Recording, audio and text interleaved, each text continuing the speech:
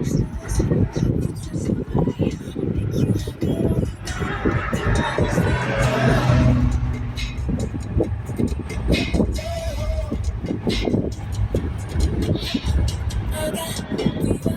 ganda ng highway nila dito, no? Tignan mo yung lugar. Napakaganda ng kanilang landscaping.